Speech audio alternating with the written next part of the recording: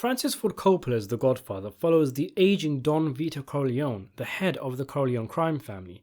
Don Corleone is one of the most powerful, feared and respected figures in the underworld, having esteemed political and law enforcement connections in the legitimate world and heavy muscle in the illegitimate world.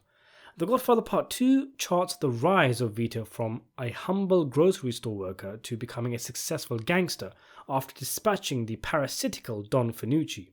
In between the second and first film, Vito rose in stature and power, fought in conflicts and mob wars, most notably the Olive Oil War, a major power struggle between Vito and Salvatore Maranzano, with Vito's victory cementing his power. One of the most instrumental figures of the war was Luca Brasi, Vito's personal enforcer, who is thought to have single-handedly ended the war by going on a killing spree and taking out 6 mobsters in 2 weeks until Don Corleone himself had to call Luca off the hunt. None of this, of course, occurs in the films and is instead relegated to alternative media, mainly The Family Corleone, a prequel novel to The Godfather written by Ed Falco, which depicts the rise of Vito Corleone and was based on a screenplay by Mario Puzo for The Godfather Part 4, which was never made in the end, what with Puzo's death. Instead, we open the first film with the wedding celebration of Vito's daughter Connie, which lasts for around half an hour of the film's runtime, a time where there is little room for tension and a lot of room for cake, partying and dancing. It's an opportunity for us to see the Corleones at their happiest, and to be introduced to the principal characters and to get to know them before the story really gets going. Away from the hullabaloo, in the shadows of his office, bound to ancient traditions dictating that a Sicilian cannot turn down a request on his daughter's wedding day, Don Corleone takes care of business and requests from his associates, going through a list of people wanting to see him, including Bonacera the Undertaker, Nazarene the Baker, and actor Johnny Fontaine. Tom Hagen, Vito's consigliere, informs Vito that Luca Brasi also wants to see him, and there is a notable change in Vito's demeanour, who shifts around and scratches his ear asking, "Is this necessary?" To which Hagen replies he didn't expect to be invited to the wedding. Vito allows him to come in, and Luca Brasi enters the office, stuttering and mumbling his way through a congratulations to Vito, which we earlier saw him practicing outside. Unlike every other character we saw meet with Vito, Luca asks for nothing, instead pledging his allegiance. He takes little time and tells Don Corleone that he is going now as he knows his Don is busy. It's the demeanour of a man who seemingly feels he holds little value, at least compared to Don Corleone, and is simply grateful for even being there. So why is it that Luca Brasi was surprised to be invited to the wedding of Don Corleone's daughter? And why did Vito himself seem uncomfortable with the idea of meeting Luca? Surely, if the two men are close, and through various chunks of dialogue throughout the movie we know Luca is fiercely loyal to Vito, he should have expected an invitation, and if anything should feel insulted if he wasn't invited. Even bosses from rival families are at the wedding, such as Emilio Barzini, so why wouldn't Vito invite Luca Brasi? Well, there could actually be various reasons, but they're only really alluded to in the film, with no real concrete reason given. One could argue that seeing as though Luca Brasi is technically just a soldier, and not a capo or underboss or anything, he has no business having a private meeting with the head of the family, and it's as simple as that. But that aside, Michael Corleone's girlfriend mentions that Luca is a scary looking man, which Michael agrees with, looking quite uncomfortable and turning away from Luca quickly as if to avoid his gaze. He tells a story of his father wanting to make a business deal with someone who turned him down, so Vito later returned, but this time with Luca Brasi, informing his adversary that either his signature or his brains will be on the contract. And this perfectly summarizes what Luca Brasi as a character is all about. He's an attack dog, a weapon, and the fact that he's in the film for so little of the movie's runtime and doesn't actually do much, with vague references to how he is such a formidable individual, like when Tom Hagen tells Virgil Sollozzo that no one will be able to stop Luca Brasi taking revenge for Vito, it all creates an aura of mystery and danger around Luca Brasi. In the scene where Michael and Kay talk, the novel the film is based on actually goes a step further with Michael and Kay's conversation, with Michael telling Kay there's a horrifying story about Luca Brasi that even he doesn't know and his family refuses to tell him. And this is really where we get our answers, the book. But before we even get there, Kay's observation of Luca is reason enough for Luca not being invited to the wedding. He is not exactly a pretty sight. Huge and hulking, talking to himself in the corner, Luca Brasi radiates terror.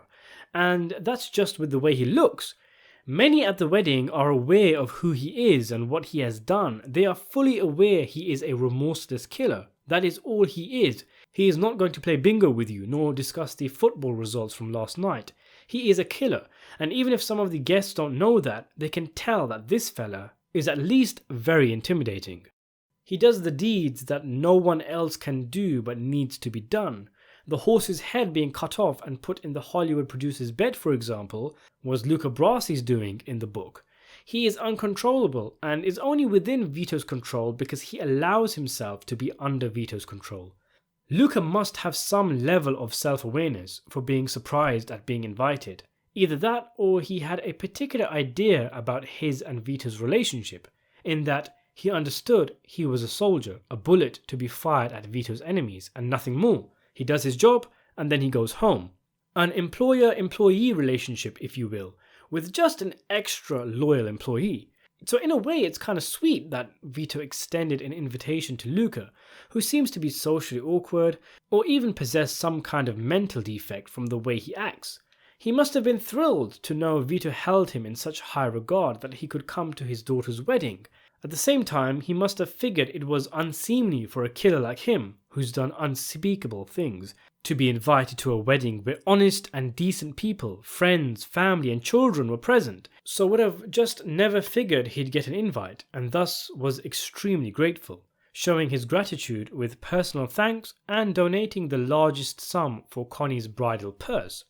Then there's the long-term plans of Vito himself, who is trying to pass himself off as a legitimate businessman. No doubt he would have invited politicians and other notables to the wedding, and having Luca Brasi hulk around in and amongst the guests like an ogre is a visible reminder to everyone that the Corleone family has a dark side. Avoiding contact with Luca Brasi would be beneficial to Vito's reputation. Maybe Vito actually wanted this, in that he wanted Luca Brasi to be seen by the likes of Barzini. Just a friendly warning for Corleone rivals to be reminded of his power and the raw muscle at his disposal. Certainly in the family Corleone, Vito intentionally attends meetings with Luca at his side to intimidate his rivals.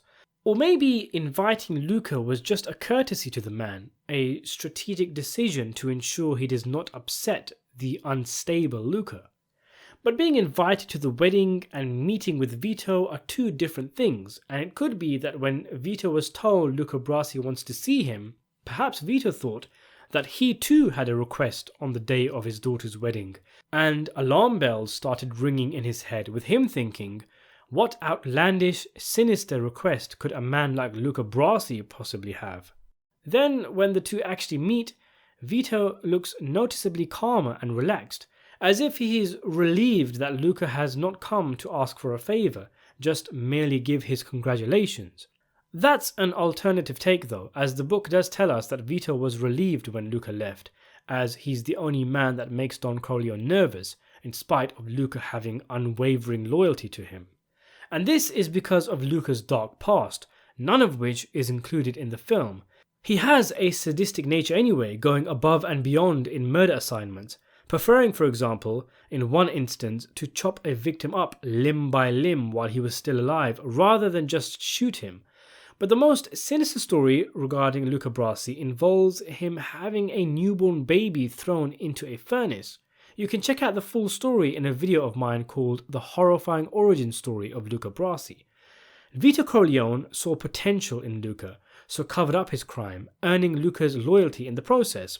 Vito doesn't approve of the things Luca Brasi has done, but he knows he can use his abilities effectively.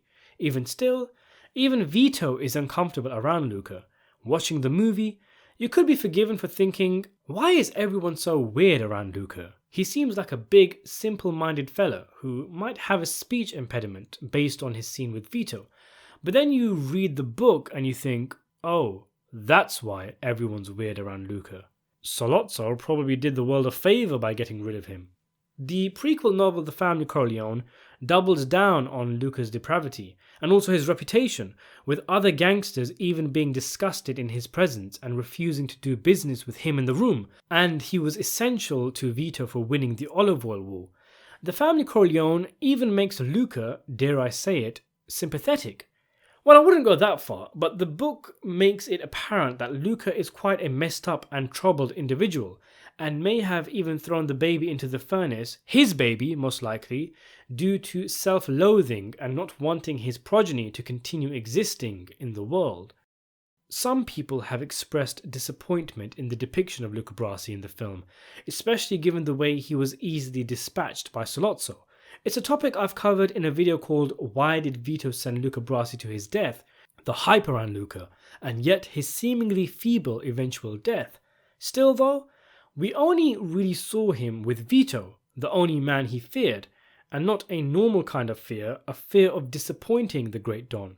He seems coherent and competent when speaking with Bruno Tattaglia, and the real issue with Luca Brasi in the film, if there is one, is that we see too little of him to make a proper judgment. Plus, he was older and slower, past his prime, and even then it took 3 men to take him out. Clearly, the filmmakers cannot fit everything from a book into a movie, so they save time by showing Luca as physically imposing. And funny enough, Luca is never described as physically imposing in the original novel. You know, interestingly, I actually know a guy like Luca Brasi, and because of that, the character seems a lot less unrealistic to me as he might come off as to some. This guy, let's call him Bob. Now, Bob was a scary dude. He ran with criminals and had a very intimidating aura. He may have even killed people. With that being said, he was completely devoted to his elderly father, a man who he was completely humbled in the presence of, and was in constant fear of losing respect in front of him. It was such a drastic change seeing this sinister-looking man have a complete change of demeanor in front of his father, and like Luca, Bob seemed to have a low opinion of himself, outright refusing to go to family functions where friends and family were having fun, instead staying at home by himself and only going out when his father sent him on a job. Luca Brasi, the Family Corleone reveals, also had daddy issues, having killed his own and perhaps becoming loyal to Vito because Vito was the first man to speak to Luca, as a father would to a son. But exploring the enigmatic relationship between Vito and Luca is something I want to do in another video, so be sure to subscribe to the channel and let me know your thoughts on Luca Brasi in the comments below. Thanks for watching. Before we finish, I'd just like to thank my patrons, Nicholas Curtis, Andre Millington, Daniel P. and Countess von Zarovich, and also my channel members, Michael Awatwi, Rikers, Damien Irving, The New On Guam 24, Lan Deng, Joe Grossberg, and Cam Medina.